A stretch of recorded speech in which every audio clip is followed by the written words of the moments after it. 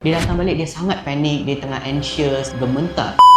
Around 10 PM, about couple of days ago, I dapat satu call daripada patient. Dia tengah panik sebab dia baru ada high risk exposure. So, bila dia cerita dengan saya suruh dia datang ke klinik dengan segeralah. At our clinic, we have a code word SOP untuk jaga privacy patient. Okay, selepas patient ni dah sampai, dia dah bagi tahu code word tu blue room, kita telah bawa dia ke bilik khas. Lepas saya dah consult dia, saya buat 4th generation HIV test. Keputusan pun negatif. Based on timing and risk, saya telah start post exposure medication untuk dia. Post exposure medication adalah untuk mencegah daripada kena HIV. Lepas tu patient pun baliklah, dia balik rumah, dia ambil ubat tu everyday selama 28 hari. Lepas dah complete 28 days, dia datang balik. Bila saya tanya, dia cakap dia nak repeat balik HIV test tu. Kita ikut SOP, kita buat balik 4th generation HIV test, keputusan masih negatif. After dia dah dengar result dia, baru dia terlakam sikit. Dan bila saya tanya, dia panik sebab orang yang dia involve dengan exposure tu adalah HIV positif.